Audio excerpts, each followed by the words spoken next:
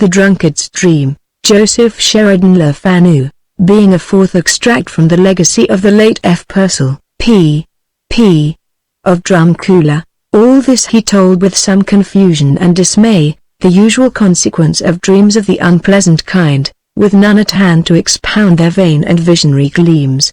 I've known some odd ones which seemed really planned prophetically, as that which one deems a strange coincidence, to use a phrase by which such things are settled nowadays. Byron. Dreams. What age, or what country of the world has not felt and acknowledged the mystery of their origin and end? I have thought not a little upon the subject, seeing it is one which has been often forced upon my attention, and sometimes strangely enough, and yet I have never arrived at anything which at all appeared a satisfactory conclusion. It does appear that a mental phenomenon so extraordinary cannot be wholly without its use. We know, indeed, that in the olden times it has been made the organ of communication between the deity and his creatures, and when, as I have seen, a dream produces upon a mind, to all appearance hopelessly reprobate and depraved, an effect so powerful and so lasting as to break down the inveterate habits, and to reform the life of an abandoned sinner. We see in the result, in the reformation of morals, which appeared incorrigible in the reclamation of a human soul which seemed to be irretrievably lost, something more than could be produced by a mere chimera of the slumbering fancy, something more than could arise from the capricious images of a terrified imagination, but once prevented, we behold in all these things, in the tremendous and mysterious results, the operation of the hand of God. And while reason rejects as absurd the superstition which will read a prophecy in every dream, she may, without violence to herself, recognize, even in the wildest and the most incongruous of the wanderings of a slumbering intellect, the evidences and the fragments of a language which may be spoken, which has been spoken to terrify, to warn, and to command. We have reason to believe too, by the promptness of action, which in the age of the prophets, followed all intimations of this kind, and by the strength of conviction and strange permanence of the effects resulting from certain dreams in latter times, which effects ourselves may have witnessed, that when this medium of communication has been employed by the deity, the evidences of his presence have been unequivocal. My thoughts were directed to this subject, in a manner to leave a lasting impression upon my mind, by the events which I shall now relate, the statement of which, however extraordinary, is nevertheless accurately correct. About the year L7, having been appointed to the living of Ch, I rented a small house in the town, which bears the same name. One morning, in the month of November, I was awakened before my usual time, by my servant, who bustled into my bedroom for the purpose of announcing a sick call. As the Catholic Church holds her last rites to be totally indispensable to the safety of the departing sinner, no conscientious clergyman can afford a moment's unnecessary delay, and in little more than 5 minutes I stood ready cloaked and booted for the road in the small front parlor, in which the messenger, who was to act as my guide, awaited my coming.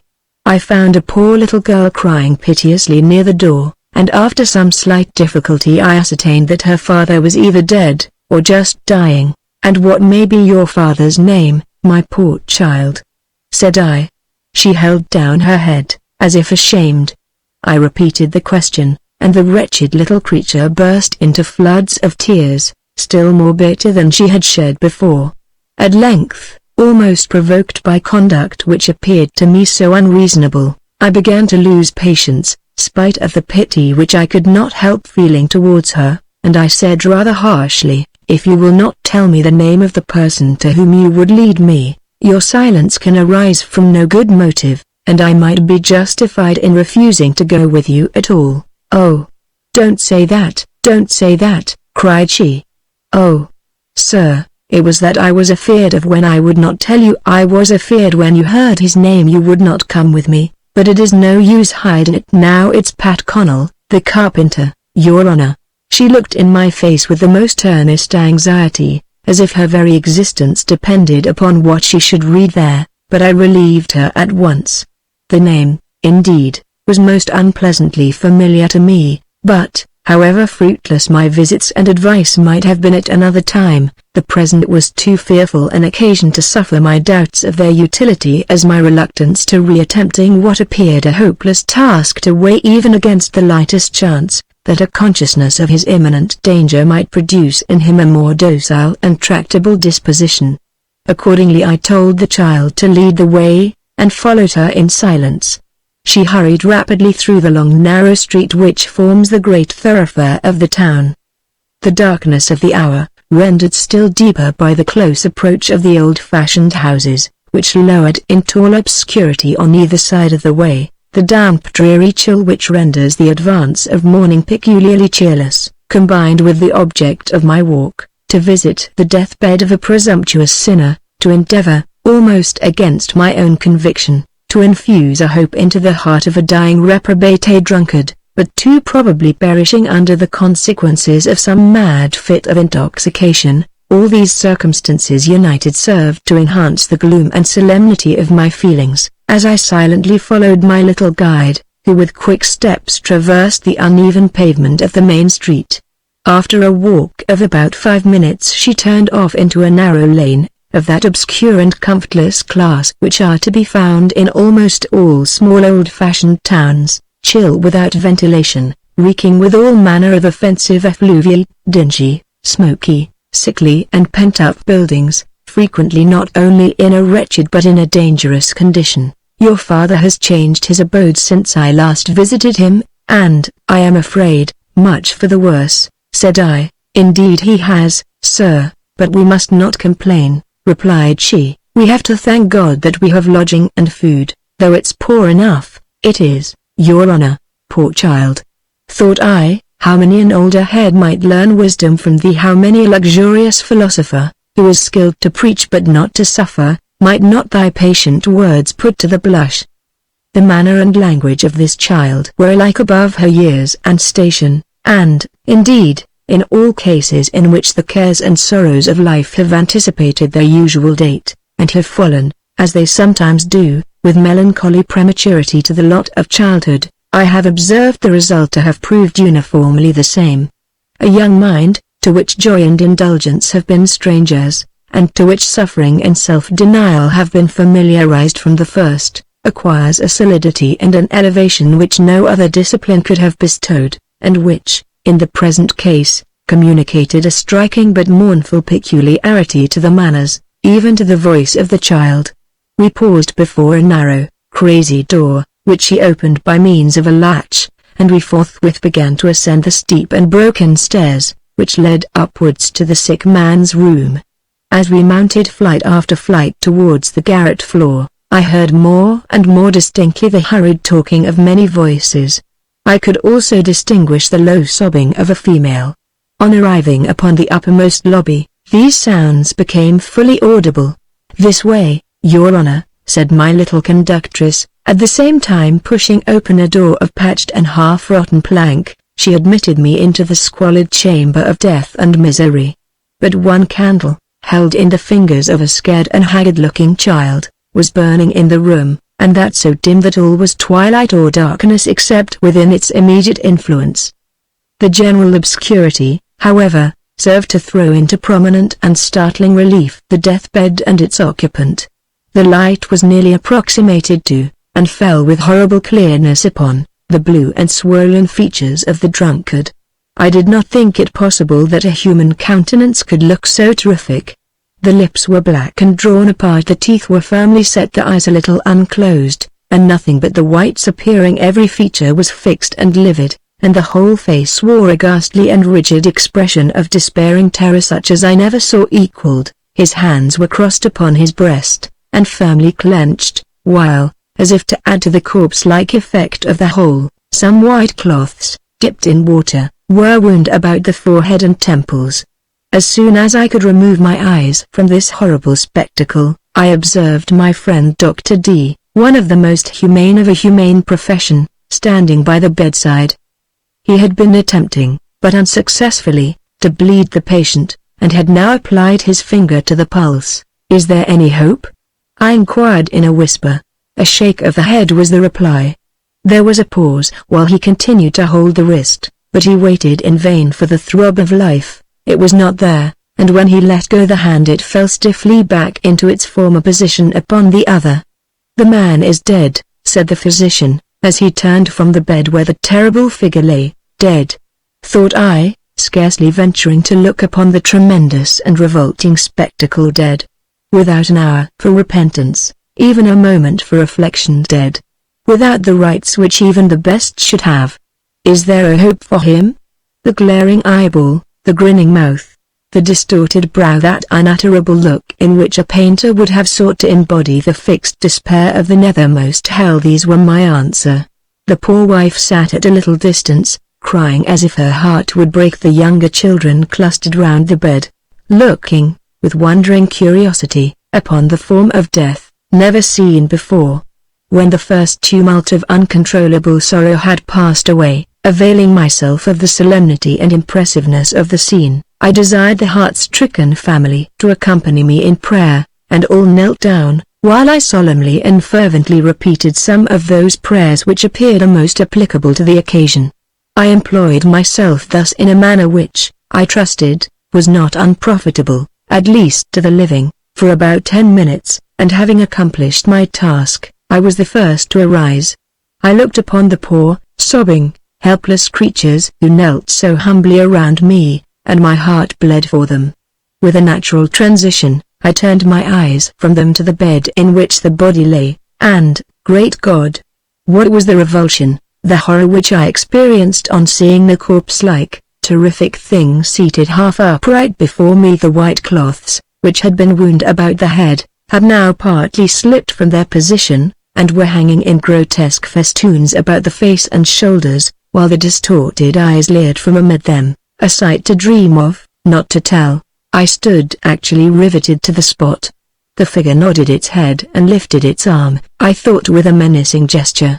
1,000 confused and horrible thoughts at once rushed upon my mind. I had often read that the body of a presumptuous sinner, who, during life, had been the willing creature of every satanic impulse, after the human tenant had deserted it, had been known to become the horrible sport of demoniac possession. I was roused from the stupefaction of terror in which I stood, by the piercing scream of the mother, who now, for the first time, perceived the change which had taken place. She rushed towards the bed, but, stunned by the shock and overcome by the conflict of violent emotions, before she reached it, she fell prostrate upon the floor. I'm perfectly convinced that had I not been startled from the torpidity of horror in which I was bound, by some powerful and arousing stimulant, I should have gazed upon this unearthly apparition until I had fairly lost my senses. As it was, however, the spell was broken, superstition gave way to reason, the man whom all believed to have been actually dead, was living. Dr. D was instantly standing by the bedside, and, upon examination, he found that a sudden and copious flow of blood had taken place from the wound which the lancet had left, and this, no doubt, had effected his sudden and almost preternatural restoration to an existence from which all thought he had been forever removed. The man was still speechless, but he seemed to understand the physician when he forbid his repeating the painful and fruitless attempts which he made to articulate, and he at once resigned himself quietly into his hands. I left the patient with leeches upon his temples, and bleeding freely, apparently with little of the drowsiness which accompanies apoplexy. Indeed, Dr. D told me that he had never before witnessed a seizure which seemed to combine the symptoms of so many kinds, and yet which belonged to none of the recognized classes. It certainly was not apoplexy, catalepsy, nor delirium tremens, and yet it seemed, in some degree, to partake of the properties of all. It was strange, but stranger things are coming. During 2 or 3 days Dr. D would not allow his patient to converse in a manner which could excite or exhaust him, with anyone. He suffered him merely, as briefly as possible, to express his immediate wants, and it was not until the 4th day after my early visit, the particulars of which I have just detailed, that it was thought expedient that I should see him, and then only because it appeared that his extreme importunity and impatience were likely to retard his recovery more than the mere exhaustion attendant upon a short conversation could possibly do. Perhaps, too, My friend entertained some hope that if by holy confession his patient's bosom were eased of the perilous stuff, which no doubt oppressed it, his recovery would be more assured and rapid. It was, then, as I have said, upon the 4th day after my first professional call, that I found myself once more in the dreary chamber of want and sickness. The man was in bed, and appeared low and restless. On my entering the room he raised himself in the bed, and muttered twice or thrice, "Thank God! Thank God!" I signed to those of his family who stood by, to leave the room, and took a chair beside the bed. So soon as we were alone, he said, rather doggedly, "There's no use now in telling me of the sinfulness of bad ways. I know it all. I know where they lead to. I seen everything about it with my own eyesight, as plain as I see you." He rolled himself in the bed, as if to hide his face in the clothes, and then suddenly raising himself, he exclaimed with startling vehemence, "Look, sir, there is no use in mincing the matter. I'm blasted with the fires of hell. I have been in hell. What do you think of that ? In hell I'm lost forever. I have not a chance. I am damned already. Damned. The end of this sentence he actually shouted. His vehemence was perfectly terrific. He threw himself back, and laughed, and sobbed hysterically. I poured some water into a teacup, and gave it to him. After he had swallowed it, I told him if he had anything to communicate, to do so as briefly as he could, and in a manner as little agitating to himself as possible, threatening at the same time, though I had no intention of doing so, to leave him at once, in case he again gave way to such passionate excitement. "It's only foolishness," he continued, "for me to try to thank you for coming to such a villain as myself at all. It's no use for me to wish good to you, or to bless you, for such as me has no blessings to give." I told him that I had but done my duty, and urged him to proceed to the matter which weighed upon his mind. He then spoke nearly as follows: "I came in drunk on Friday night last, and got to my bed here, I don't remember how, sometime in the night, it seemed to me. I wakened, and feeling uneasy in myself, I got up out of the bed. I wanted the fresh air, but I could not make a noise to open the windows, for fear I'd waken the Crothers. It was very dark, and troublesome to find the door. But at last I did get it, and I groped my way out, and went down as easy as I could. I felt quite sober, and I counted the steps one after another, as I was going down, that I might not stumble at the bottom. When I came to the first landing place, God be about us always, the floor of it sunk under me, and I went down, down, down, till the senses almost left me. I do not know how long I was falling, but it seemed to me a great while. When I came rightly to myself at last, I was sitting at a great table, near the top of it, and I could not see the end of it, if it had any. It was so far off, and there was men beyond reckoning, sitting down, all along by it, at each side, as far as I could see at all. I did not know at first was it in the open air, but there was a close smothering feel in it, that was not natural, and there was a kind of light that my eyesight never saw before, red and unsteady, and I did not see for a long time where it was coming from, until I looked straight up, and then I seen that it came from great balls of blood-colored fire, that were rolling high overhead with a sort of rushing, trembling sound, and I perceived that they shone on the ribs of a great roof of rock that was arched overhead instead of the sky. When I seen this, scarce knowing what I did, I got up, and I said, "I have no right to be here, I must go," and the man that was sitting at my left hand, only smiled, and said, "Sit down again, you can never leave this place," and his voice was weaker than any child's voice I ever heard, and when he was done speaking he smiled again. Then I spoke out very loud and bold, and I said, "In the name of God, let me out of this bad place." And there was a great man, that I did not see before, sitting at the end of the table that I was near, and he was taller than 12 men, and his face was very proud and terrible to look at, and he stood up and stretched out his hand before him, and when he stood up, all that was there, great and small, bowed down with a sighing sound, and a dread came on my heart, and he looked at me, and I could not speak. I felt I was his own, to do what he liked with, for I knew at once who he was. And he said, "If you promise to return, you may depart for a season, and the voice he spoke with was terrible and mournful, and the echoes of it went rolling and swelling down the endless cave, and mixing with the trembling of the fire overhead, so that, when he sate down, there was a sound after him all through the place like the roaring of a furnace, and I said, with all the strength I had, I promise to come back, in God's name let me go, and with that I lost the sight and the hearing of all that was there, and when my senses came to me again, I was sitting in the bed with the blood all over me, and you and the rest praying around the room. Here he paused and wiped away the chill drops of horror which hung upon his forehead. I remained silent for some moments.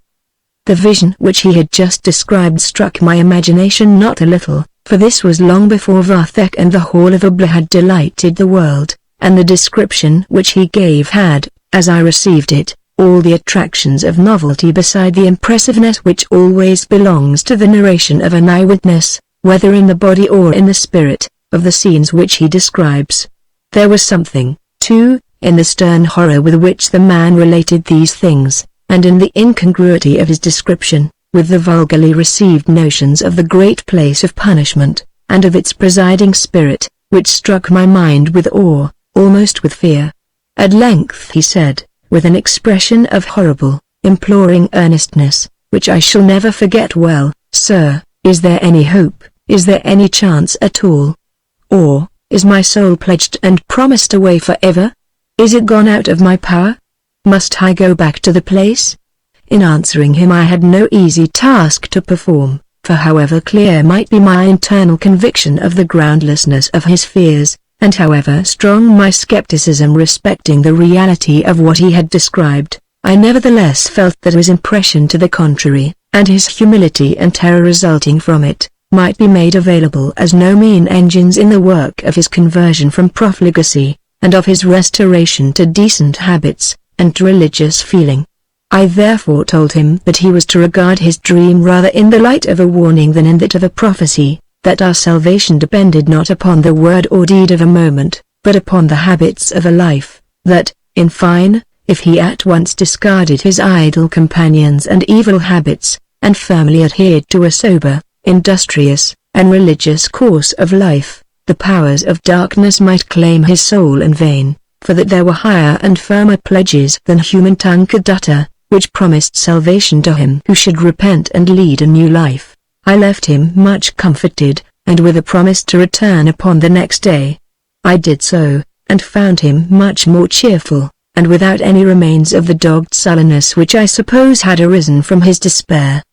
His promises of amendment were given in that tone of deliberate earnestness, which belongs to deep and solemn determination, and it was with no small delight that I observed, after repeated visits, that his good resolutions, so far from failing, did but gather strength by time, and when I saw that man shake off the idle and debauched companions, whose society had for years formed alike his amusement and his ruin, and revive his long discarded habits of industry and sobriety, I said within myself, there is something more in all this than the operation of an idle dream. One day, sometime after his perfect restoration to health, I was surprised on ascending the stairs, for the purpose of visiting this man, to find him busily employed in nailing down some planks upon the landing place, through which, at the commencement of his mysterious vision, it seemed to him that he had sunk. I perceived at once that he was strengthening the floor with a view to securing himself against such a catastrophe, and could scarcely forbear a smile as I bid God bless his work. He perceived my thoughts, I suppose, for he immediately said, "I can never pass over that floor without trembling. I'd leave this house if I could, but I can't find another lodging in the town so cheap, and I'll not take a better till I've paid off all my debts, please God, but I could not be easy in my mind till I made it as safe as I could. You'll hardly believe me, Your Honor, that while I'm working, maybe a mile away, my heart is in a flutter the whole way back, with the bare thoughts of the 2 little steps I have to walk upon this bit of a floor. So it's no wonder, sir, I'd 3 to make it sound and firm with any idle timber I have." I applauded his resolution to pay off his debts, and the steadiness with which he pursued his plans of conscientious economy, and passed on. Many months elapsed, and still there appeared no alteration in his resolutions of amendment. He was a good workman, and with his better habits he recovered his former extensive and profitable employment. Everything seemed to promise comfort and respectability. I have little more to add, and that shall be told quickly. I had one evening met Pat Connell, as he returned from his work, and as usual, after a mutual, and on his side respectful salutation, I spoke a few words of encouragement and approval. I left him industrious, active, healthy when next I saw him. Not 3 days after, he was a corpse. The circumstances which marked the event of his death were somewhat strange, I might say fearful. The unfortunate man had accidentally met an early friend, just returned, after a long absence, and in a moment of excitement, forgetting everything in the warmth of his joy, he yielded to his urgent invitation to accompany him into a public house, which lay close by the spot where the encounter had taken place. Connell, however, previously to entering the room, had announced his determination to take nothing more than the strictest temperance would warrant. But oh, who can describe the inveterate tenacity with which a drunkard's habits cling to him through life? He may repent, he may reform, he may look with actual abhorrence upon his past profligacy, but amid all this reformation and compunction, who can tell the moment in which the base and ruinous propensity may not recur, triumphing over resolution, remorse, shame, everything, and prostrating its victim once more in all that is destructive and revolting in that fatal vice? The wretched man left the place in a state of utter intoxication. He was brought home nearly insensible, and placed in his bed, where he lay in the deep calm lethargy of drunkenness. The younger part of the family retired to rest much after their usual hour, but the poor wife remained up sitting by the fire, too much grieved and shocked at the recurrence of what she had so little expected, to settle to rest. Fatigue, however, at length overcame her, and she sunk gradually into an uneasy slumber. She could not tell how long she had remained in this state, when she awakened, and immediately on opening her eyes, she perceived by the faint red light of the smouldering turf embers, 2 persons, one of whom she recognized as her husband, noiselessly gliding out of the room. "Pat, darling, where are you going?" said she.